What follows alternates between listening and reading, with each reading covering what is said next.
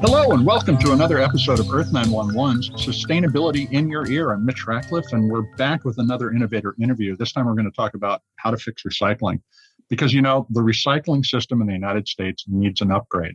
And our guest today, Ryan Smith, founded Recyclops to restore recycling collection in more than 100 communities that had to end their recycling programs due to the pandemic. The Orem, Utah-based company has launched recycling pickup services in 30 cities over the past year, and they aim to add 3 new cities every month.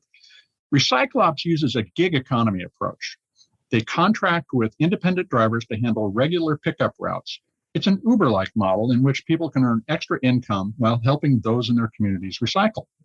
Recyclops has programs running in 16 states, and you can learn more at recyclops.com. That's spelled RECYCLOPS.com, recyclops.com. Welcome to the show, Ryan. How are you today? I'm doing great. Great to be on here. Well, thank you for joining us and spending some time to talk about this. So first, just tell me, what does the Recyclops process work like for the customer? What does the pickup involve, and what kind of container does the customer need in order to have that pickup done? Yeah, so it's very similar to a traditional curbside pickup from a consumer perspective, at least at first glance, where you sign up for the pickups, you sign up online typically, and then from there, you're on a scheduled pickup. So we have pickups, every week or every other week on a set day, and you put your recycling out in the morning. It gets picked up during the day, and one thing that is unique is all of the recycling needs to be bagged, which in many recycling programs that's a big no-no. But for us, it's a must. So you bag your recycling, and you can put those bags into a container.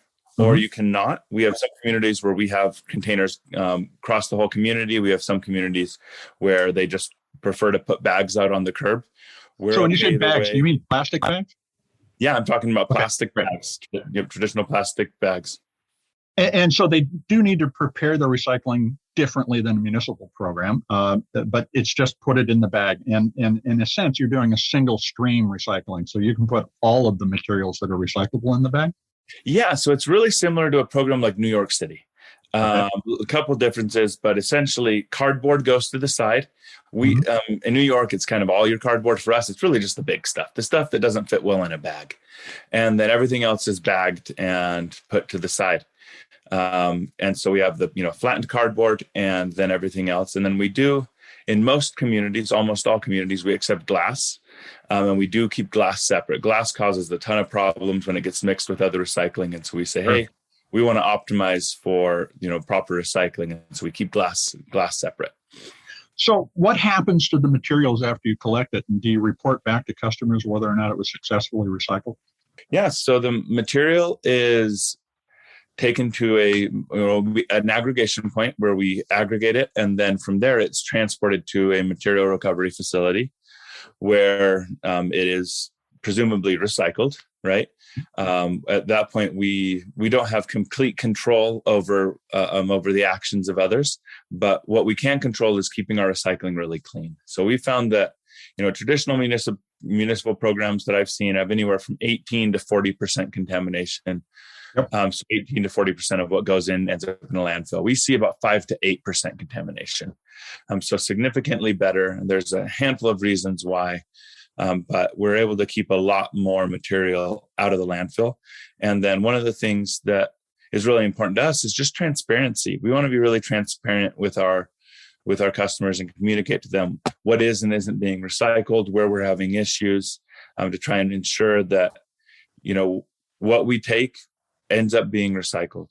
So that's a really interesting point, the feedback that you're giving about what is and isn't being recycled. And Earth911 did try something like this in 2019 near Seattle. And we went Issaquah, Washington, an affluent bedroom community. And we provided 5 bins and let people sort the material into each of the bins. The 5th bin was the one that was, I think this should be recyclable, but I don't know. And what our drivers did was provide feedback. And 2 things happened. One is the quality of the recycling improved dramatically because people were aware of how they needed to prepare it. The other was that it got people enthusiastic about their improvement, and they started sharing it with their neighbors. Now, this happened right before the pandemic, and we didn't pursue that business, but it's great to see you doing it. As you think about that feedback and going forward, do you coach your customers to improve their recycling? And do you also anticipate starting to collect more diverse materials because you have the ability to sort more carefully potentially than a regular recycling system? Yeah. There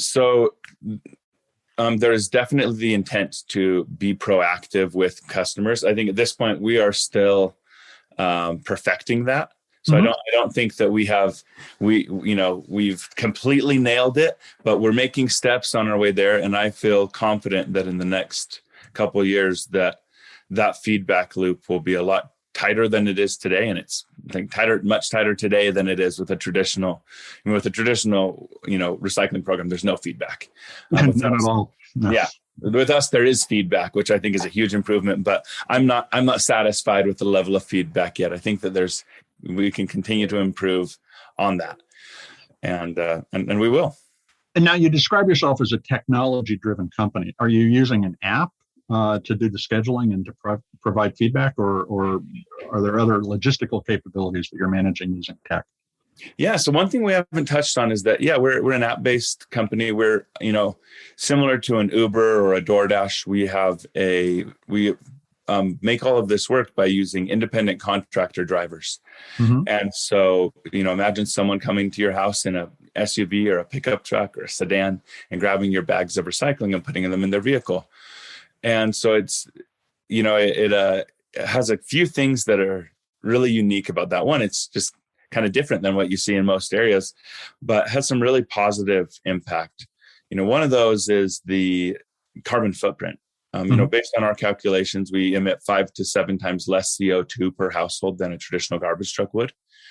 Additionally, we're doing something like 40x less road damage.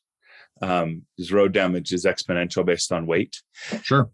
And then, you mentioned earlier, our ability to be pick up different streams.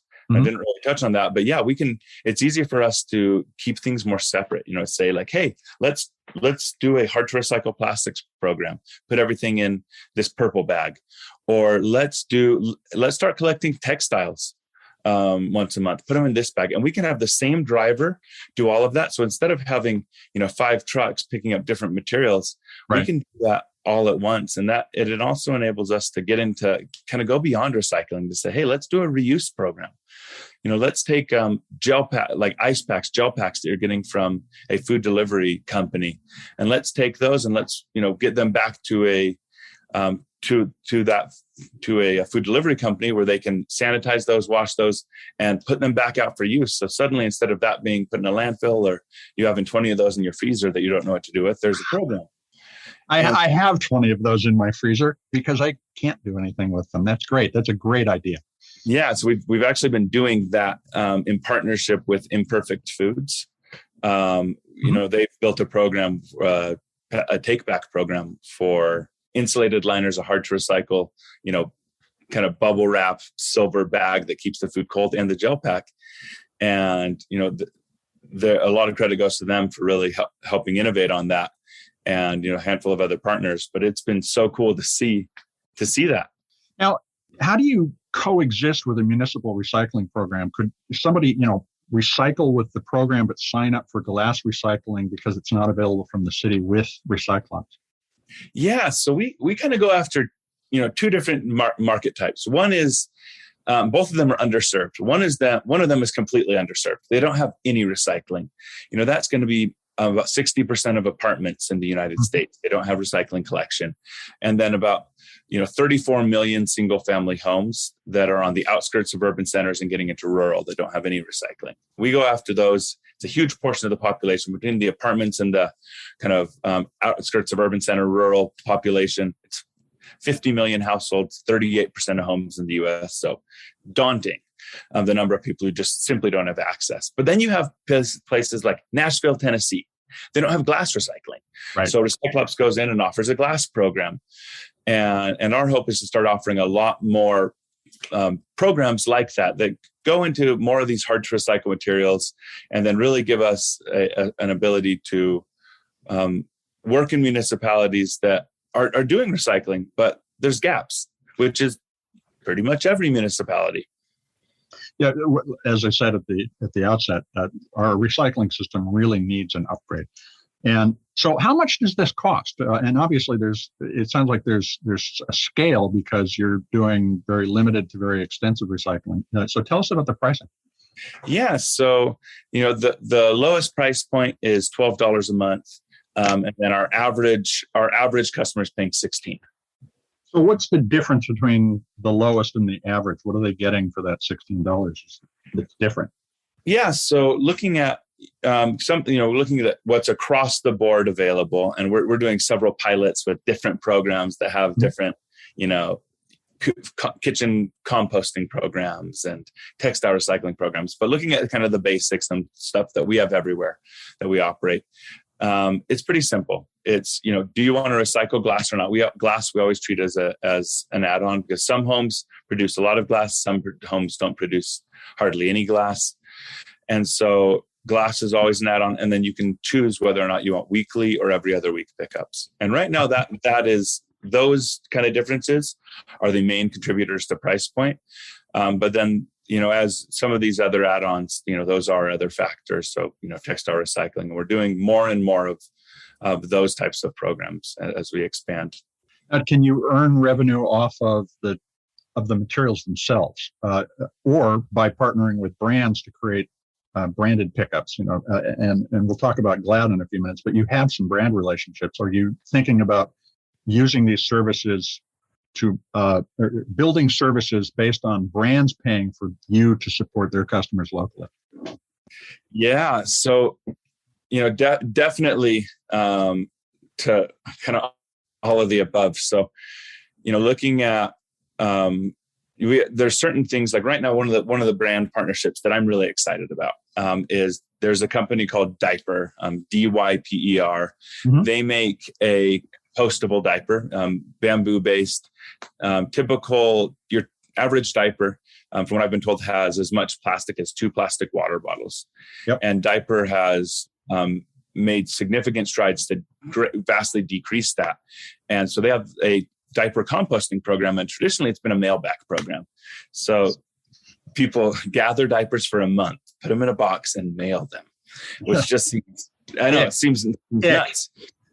And so, but lots of customers are doing it. Pretty good adoption rates, and people are paying, to even participate in that. And so Diaper reached out to us and said, "Hey, we think that there's a better way to do this, and the way that you're kind of doing your regular recycling pickups, we think would work for this." So we said, okay, that's, this is a little more icky than what we're used to picking up, but let's try it. Mm-hmm. So we ran a pilot. I'm based in Salt Lake. We said, hey, let's run a pilot in Salt Lake. I wanted to be the first one to do these pickups, because it's like, I'm not going to ask anyone else to pick up dirty diapers unless I know what I'm asking them to do. And I went out and did it. And I was shocked at how not gross or not bad it was. The smell really had kind of dissipated. It wasn't really an issue. And so we've been running this pilot, and it's been really successful. So now we're picking up diapers, and we're working on expanding that program nationwide. And so it's kind of crazy thing. You mentioned the fact that apartments don't have recycling service because those require a commercial contract. It's not covered by the municipal programs in many cases. You're also considering doing business recycling, which is usually the responsibility either of the landlord or the business itself to contract with somebody. Yeah. So apartments and businesses, apartments are this funny thing where they're basically like a business, but they're residential. What we found with apartments is there's 2 ways we can approach it. One, we can try and go, work with the landlord and try and work with the management company or the owner or whatever, and get recycling to happen. And that's possible.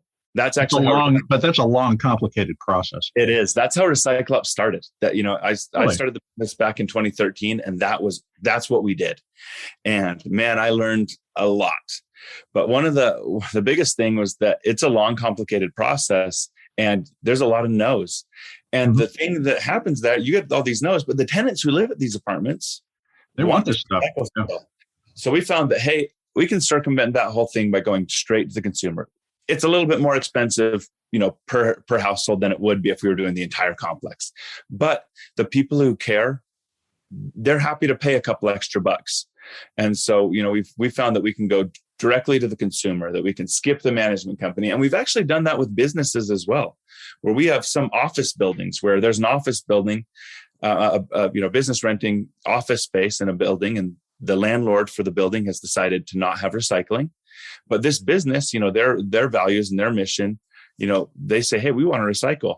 And so we're able to go in and meet them where they're at and, actually go up into the office and do recycling collection, almost like janitorial would, and pick up recycling and serve businesses in that way. And we also can do, we do coffee shops and, we do even retail chains and stuff. And we don't use garbage trucks and dumpsters, so we have to do it a little differently, but we're able to make it work. Now, this is really interesting, but let's talk a little more about the data that you're collecting too, because as I mentioned before, you do work with Glad, the maker of plastic wrap and bags, to help them drive innovation in their packaging. So how does your information help them think about changing their recycling process and what they can offer? Yeah. So some of the things that have been so awesome with Glad, I mentioned earlier, we use plastic bags for our collection. And we've found as we've done some pretty deep dives into the life cycle assessment and really understanding, hey, what's the lowest impact option? Should we use a reusable cotton bag or poly bag? Should we, what's that? And as we have, done a dive into that multiple times, the answer always comes back that the lowest impact thing we can do is use a single-use bag that uses as little plastic as possible, and then to make sure that bag has a proper end of life.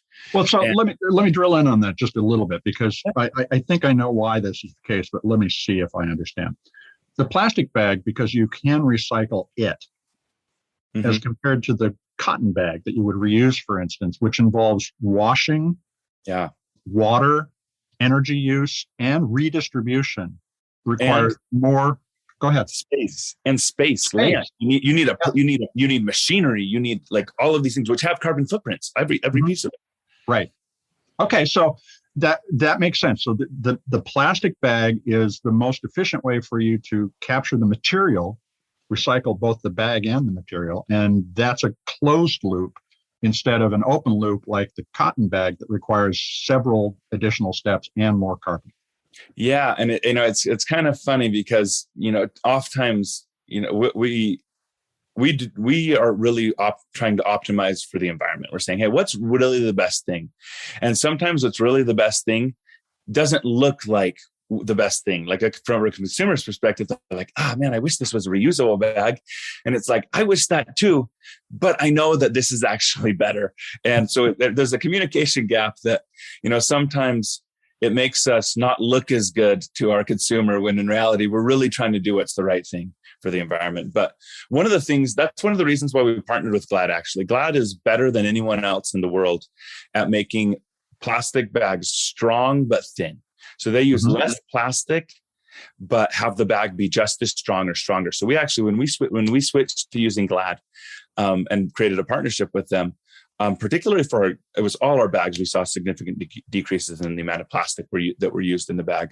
But in our glass bags in particular, we had thicker bags for glass to help make sure that we were protected. Right. We cut that in half by using Glad and didn't lose an ounce of strength. And so that was really exciting. And then the other piece of the puzzle here is really closing that loop where we can, we're working on a program where we can take all of these bags that we're gathering, because we still have control of these bags. We distribute them to the consumer, but we pick them back up. Right. And so we're working with Glad on, truly closing the loop where those bags not only get recycled, but they get recycled back into these bags.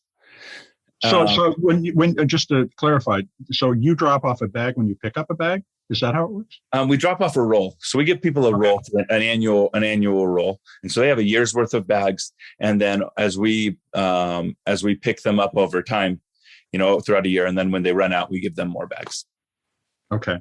And in terms of Earth 911 has the same opportunity. We know a lot about the recycling patterns in the United States and can tell brands that, your product can't be recycled in all these places, but it can be recycled here.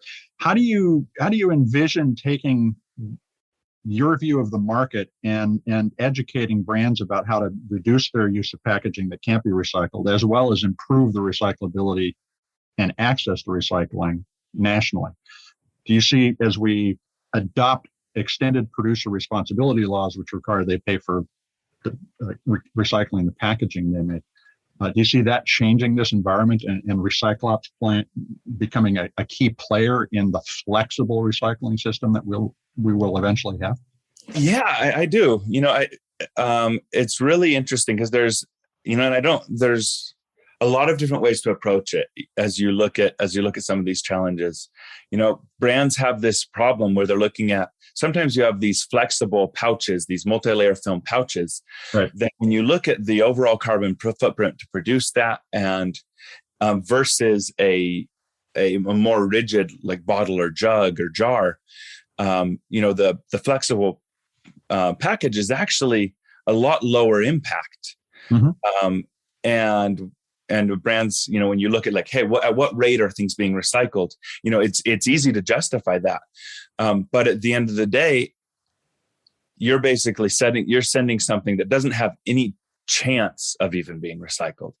Right. And so as brands are looking at this, I think having a more flexible collection system creates the ability for brands to, truly optimize for impact instead of, having to choose between kind of impact and recyclability, and, hopeful impact.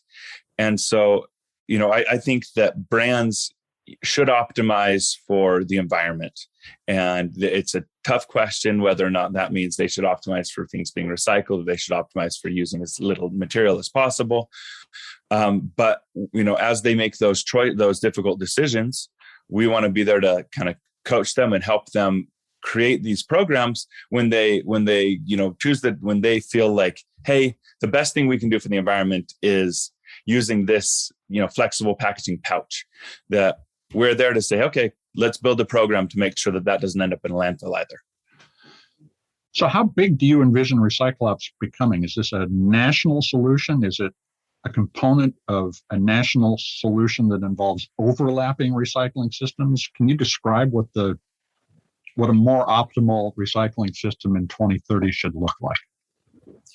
Yeah, so I'd say that we have international hopes and dreams. We look at this problem. This is not a problem that's unique to the United States, and we believe that we can and should be a household name in the United States as we continue to expand, and that our goal is to make recycling accessible to everyone and to make it easy, to make it convenient. Yep. To make sustainability not something that you have to go way out of your way to participate in. And that's what we're hoping to do. And so we want to, be an option for people in any municipality in the country and beyond, where someone can sign up for recycling. And this can be, funded by individuals choosing that, like, hey, I want to participate in this, but also it can be funded by brands as we do more brand partnerships where the brands are really doing that. And the brands can benefit, like, Glad can get feedstock for new bags, and they want to use post-consumer recycled material, but it's hard to come by. And then also, they're able to, meet their goals as a company, their sustainability goals, and consumers are able to, be a part of that impact. Well, so in addition to the ability to recover the materials, which you are doing, do we need a more distributed recycling infrastructure where we are able to process materials and then reuse them closer to the consumer? Because we can ship stuff halfway around the world just to make the first step in a recycling process now. Well, most definitely. I mean, one of the big challenges that you run into in recycling is just economies of scale. You need a lot of one thing in order to make it efficient to recycle it. And that's been one of the biggest hindrances for, a lot of these plastics where it's like, there's all these wonderful innovations, and plastic is this miracle material. But there's so many different types of it that it becomes this, smorgasbord, and it's hard to make work. Yeah, it's an intractable system, actually. Yeah, it's tough. And you look at this, and people want to recycle. People want to do this, right? But it's like they don't even have a choice. There's not even really an option. And as innovation has happened, the end of life has not been something that's been thought about. And so I think that as innovation continues, and we're already seeing that the end of life is being considered as new plastics are now invented. And there are, innovative solutions to try and capture, saying, hey, what can we do? It's so almost impossibly hard to capture and sort and do all this with all these different types of plastics. What solutions are there where we can, bundle things, where we can take, hey, let's take all of these hard things together, and what can we do with them? And I think that people are innovating in that, where you have companies like Continuous Materials who are making roofing out of that, and out of different plastics. And it's like, oh, hey, that's not. And you're thinking past the end of life. Now you're thinking the full circle, and the circle goes, the material goes to different uses at different steps in its circular existence. Yeah. And it's like, I think that, in a perfect world, could everything be fully circular? Yes. I don't know if I don't know if we're on a path that's ever truly going to happen. And so what are the steps that we can take to lengthen the life of these plastics and keep them out of, stop us from burying them in the ground or incinerating them? Like those, as we've done. Yeah. Those aren't good answers. Like, someone said something to me once that really stuck with me. And that was that when you're not recycling or reusing, you're wasting. And we use the word like waste. So like, oh yeah, this is waste. But it's like, we don't think about like, oh, you're wasting. Like you're taking a resource and you're wasting it. Mm-hmm. And that's what trash is. That's what landfills are.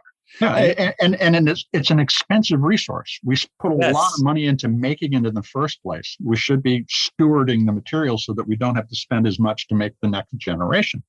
No, especially when it's not renewable. Like there's not infinite amounts of oil, and it's like, hey, let's be reasonable here and responsible. Like, come on.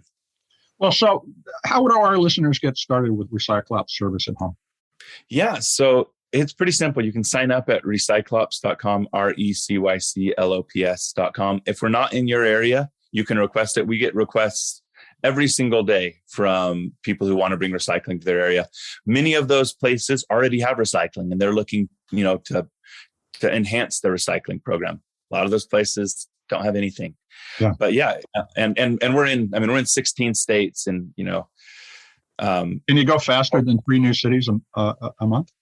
Yeah, we're actually going quite it ebbs and flows, but we've had periods recently in the last couple months where we've done 2 cities a week. Mm-hmm. And so we can expand quite rapidly. We've really kind of dialed in on that. In order for us to get started in a community, we need 100 households. If we can get 100 households in almost any community, there are a couple exceptions where we need a little more, but they're pretty rare. But 100 households in basically any community, and we're there. And just to circle off on that, if you're somebody interested in driving for Recyclops, how do they get in touch with you? Yeah, same thing on our website. You can if you go to our website, right there in the resources tab, there's a place to sign up to be a driver. The average driver makes $25 an hour. They are paying for their own vehicle and wear and tear and fuel, but they're netting anywhere from $18 to $20 an hour on average. So you can do pretty well, and you're doing well for yourself. You're doing good for the world. It's not a bad gig. So. Well, Ryan, I want to thank you for taking some time to talk with us today. It's been a fascinating conversation. It's been great talking with you as well. Really appreciate it. We've been talking with Ryan Smith. He's the founder of Recyclops. You can find them at recyclops.com. And again, we'll spell it out, RECYCLOPS.com. Folks, if you're thinking about how to recycle and your community is struggling to do so, this is an interesting option. You may even want to consider becoming a driver and recruiting those 100 families to start to recycle so that we can drive a new, flexible recycling infrastructure in this country.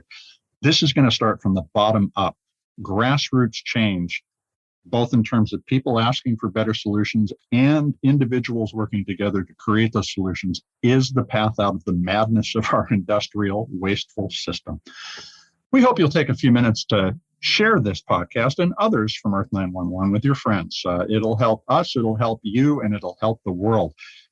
We'll be back with another innovator interview soon. I'm Mitch Ratcliffe, your host. This is Earth911's Sustainability in Your Ear. Let's all take care of ourselves, take care of one another, and take care of this beautiful planet of ours. Have a green day.